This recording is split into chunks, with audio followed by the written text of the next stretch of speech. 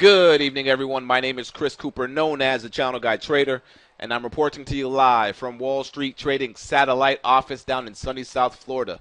Today's date is Thursday, February the 14th, 2013, and here is today's After the Bell Market Summary brought to you by WallStreetTrading.com. I want to first off by taking a look to see how the indices closed the session out here. The Dow Jones closed down a little over 9.5 points. The NASDAQ closed up close to 2 points here, and the S&P 500 closed up a point. If we take a look at the breadth on the market today, we had a ratio pretty much of 1-to-1, slightly in favor of the bulls. We had 3,096 issues advancing. We had 3,027 issues declining on the NYSE, NASDAQ, and the Amex. So pretty much slightly in favor of the bulls, but pretty much like a 1-to-1 there. So if we take a look at the market, starting off by taking a look at the SPY, we can see that the SPY closed up about 14 cents here, closing here at 152.29 here. And a couple things to take note is that we did get another consecutive higher close. We have 3 consecutive higher closes. And we are continuing to hold above this 150, 120 level. As long as we can continue to hold above this 150, 120 level and hold above these rising short-term moving averages right here, these fast moving averages of 5 and 8 EMA and SMA on the daily time frame, you want to continue to stick with the trend and have that little neutral to bearish bias.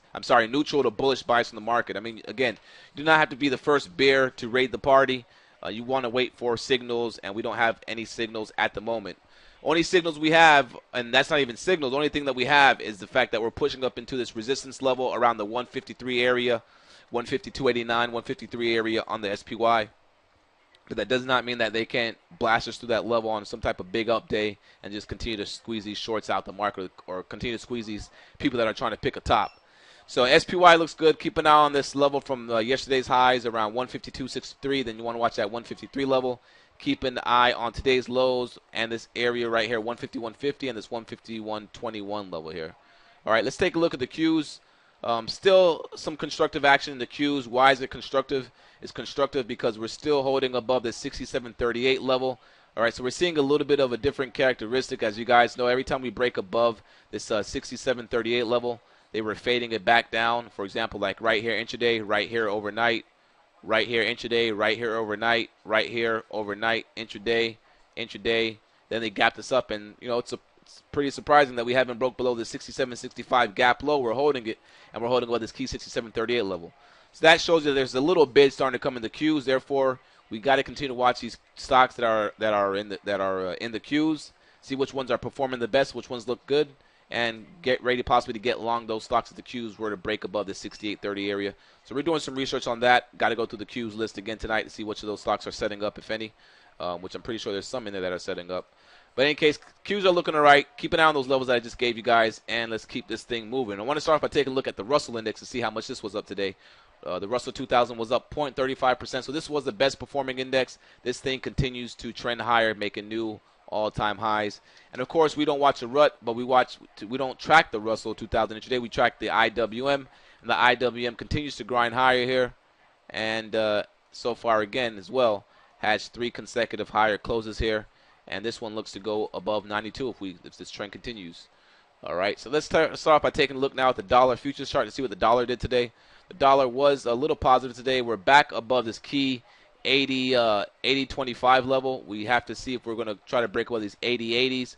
We are seeing some weakness in gold, all right, and the dollar's rising, so I'm pretty sure that's putting a little bit of pressure on gold, but it's not putting pressure on crude oil because if everything is getting better in the economy, people are going to be buying crude oil, all right, maybe selling the gold, and energy stocks had a nice move today, so we got to keep an eye on these energy stocks. We'll be taking a look at a couple of them here shortly.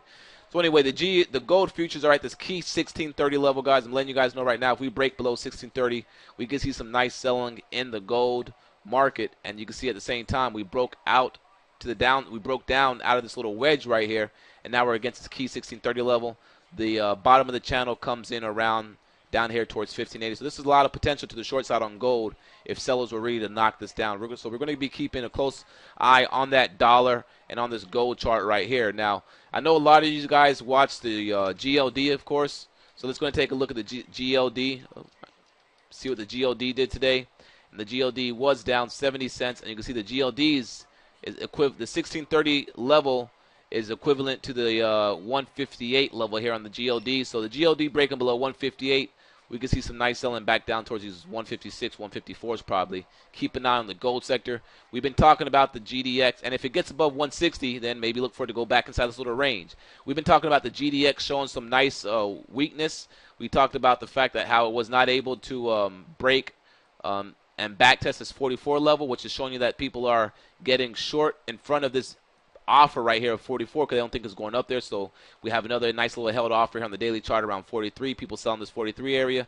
Bottom of the range down here at 41, 47. Call it 41.50. If we continue to close and hold below 41.50, and then we break these little lows right here of 41.14 or call it 41, you can expect some more selling pressure in the gold miners. Now ABX had earnings today. I did not look at the earnings number, but if I take a look down here real quick, looks like they reported $1.08 or call it $1.09 versus actual $1.11. I'm sorry, estimate was $1.89 and they actually reported a earnings per share of $1.11. So therefore, the stock traded higher.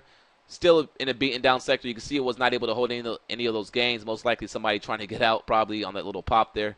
Take a look at the 15-minute chart, and you can see it popped up, nice little move in the morning, and then washed right back down. So that's pretty good if you're still looking to the downside on these miners, which you should be because they're still weak. Take a look at GG. GG is looking weak as well, still here, not able to get back inside this little channel that I had drawn on it here, and you can see it's probably most likely going to make its move down towards these levels right here of what level is this here? Of $30.25. They have earnings coming out here. Actually, they had earnings after the bell today. Let's see what they did.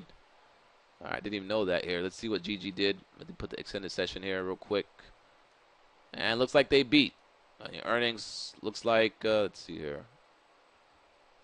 The estimate was 55 cents, and they beat with 57 cents. So they actually did pretty good, and the stock's up a little bit after hours. Not a lot, but it traded higher a little bit there. All right, so now let's take a look at crude oil. Starting off with the crude oil futures. Crude oil futures are pushing against this 98 level here. If we break above 98, you can expect this thing to make a move up towards these highs right here, close towards 99.5 or $100 a barrel. We have this little wick high up here, which is towards the $100.50 a barrel. And this thing above 98 is going to take off here, so keep an eye on that. I remember I showed you guys yesterday the daily, the weekly, and the monthly chart of those triangles, and explain to you guys how I'm looking for a big move in crude oil if we break out of this triangle before the end of the second quarter. All right, so we'll see how that plays out. Again, USO, an ETF that's supposed to track crude oil. You can see how USO is not back at the top of this little supply zone like the crude oil futures are. Again, that could be the little contango or the little way the ETF is tracking crude. But if crude oil was to take off, you can expect this to act like a magnet to USO around this 36.5 level. So keep an eye on USO. If you start to see some nice call option activity go on there, you may want to pick some up. If USO breaks above these 35.60s, you can see a nice move up towards 36.60 or so, 36.50. All right. What else do I want to take a look here? The volatility index down 32 cents today. Continues to hold below this 14 level here. Continues to look weak.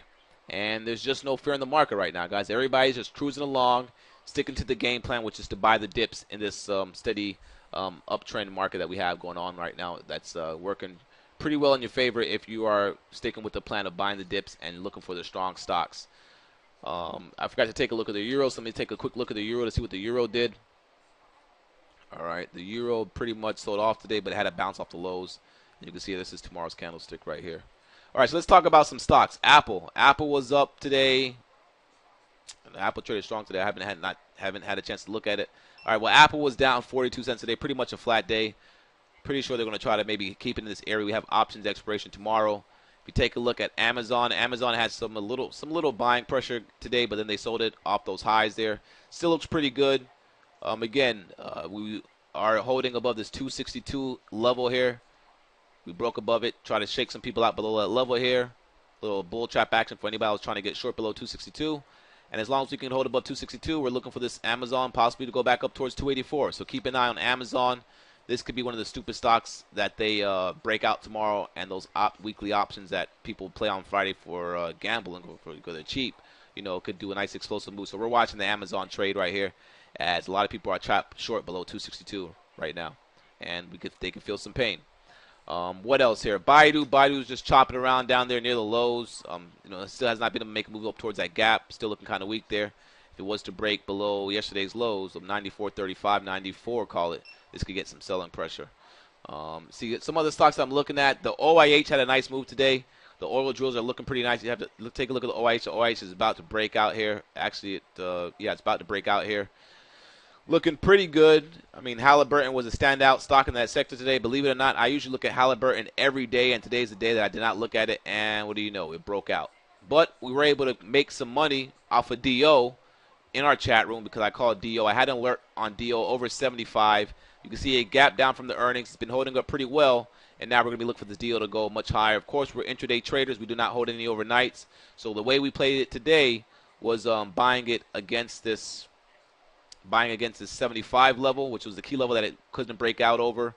And then now we bought the pullback down here at 75.05. We were risking about 10 cents, and we rolled it all the way up to 80 cents, guys, which was our target from the gap fill on the daily chart here. So some nice action there that we caught in the chat room. Again, if you want to get involved with our group here and our team that we got going on here, which is a good group, me and my partners that moderate the room, you want to send me an email at ccooper@wallstreettrading.com. And make sure you check out our website, wallstreettrading.com, and check out our Facebook page, Wall Street Trading. Got a lot of great stuff going on, guys, and we're maneuvering our team, our soldiers, our traders through the market pretty efficiently and pretty effective and accurate here. And you can watch the midday market updates to kind of see how we gauge the market and the type of techniques and patterns and strategies that we use.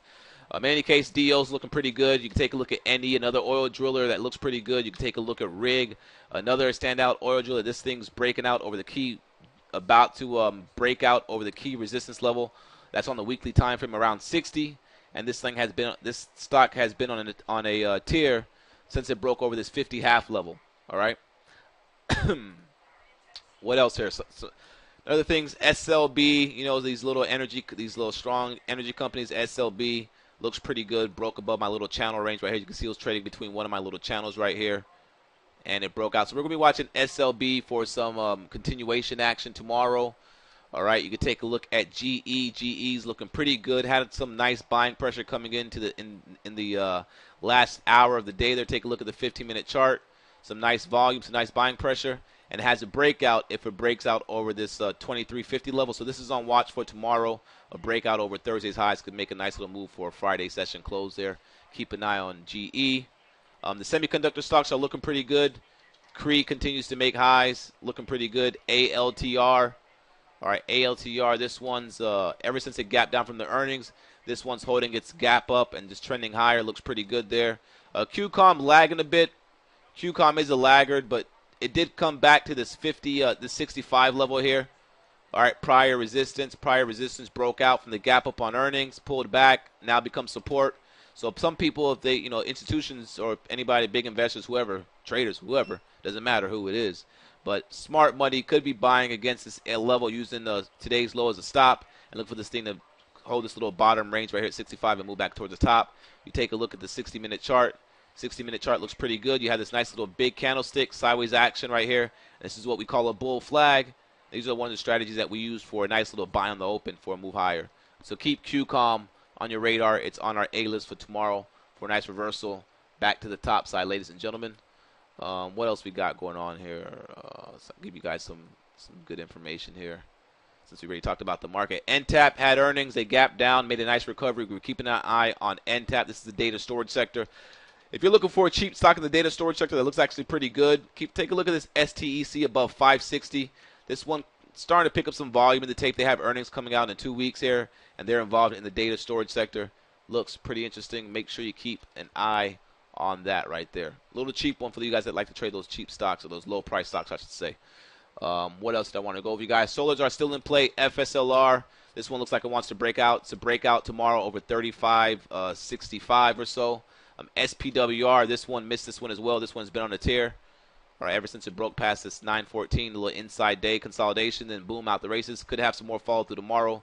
We'll be watching that again, even though I know it's up a lot. But this one could have maybe one last push up, and then we'll be looking to try to make a little quick scalp trade off that one push up. What else here? I know it's Valentine's Day. Don't want to get you guys. You guys are probably out there busy right now. Probably going to watch this later. As far as some shorts go, real quick, then I end the video here. Coach looks pretty good to the short side. If it breaks and holds below this 48.25 level, or just call it 48. Take a look at the 60-minute chart. It's been trading in a range, and then today, it looks like it wants to go. Just had selling pressure most of the day there. It looks like it wants to break down tomorrow, possibly. Keep an eye on that one. What else here? CLF. Gap down, little inside day, today's action, little inverted hammer or whatever you want to call it. Yeah, well, I call it a little inverted hammer inside a candlestick because it popped up and sold off to the lows and looks like an inverted hammer. So anyway, if this thing breaks below $29, or if it breaks below today's lows around $29.26, we'll be looking for a move below 29, then be looking for a move towards 28. Take a look at the 60-minute chart. This one popped up and then faded. We actually called this one for a short in the chat room. I actually shorted this one intraday in the chat room off of this setup right here. This was a bull trap right here. If you take a look, this was a bull trap right here. They broke it above these 30-30s, and then they faded it right back down. So we got involved to the short side. Sorry about that. We got involved to the short side once it broke back below these 30-23s. Got short at 30-20. Would have stopped at 30-30, 10 cents risk. This one you can see went all the way down. Just so happens I covered mines right here, and I took my eyes off of it, and I was not able to get short this move right here. No, that's because there's just more active traders. We hit and move, stick and move, stick and move. I mean, if for some of you guys that like to hold positions intraday, this would have been a good opportunity for you to get short, put a stop up here near these 30-30s, and then hold it for the day. If I would have thought about that, well, actually I did think about that, but if I would have shorted more shares, I would have done that. I would have covered some down here, then maybe held some with a break even stop up here. But I usually stick and run. Look for different trade setups as they come along. So, in any case, hope you guys had a great day. Make sure you take your significant other out for Valentine's Day. Have fun. Try not to party too hard, and try not to drink too much so you can be able to make some money with us tomorrow. Have a great day, guys. Cheers.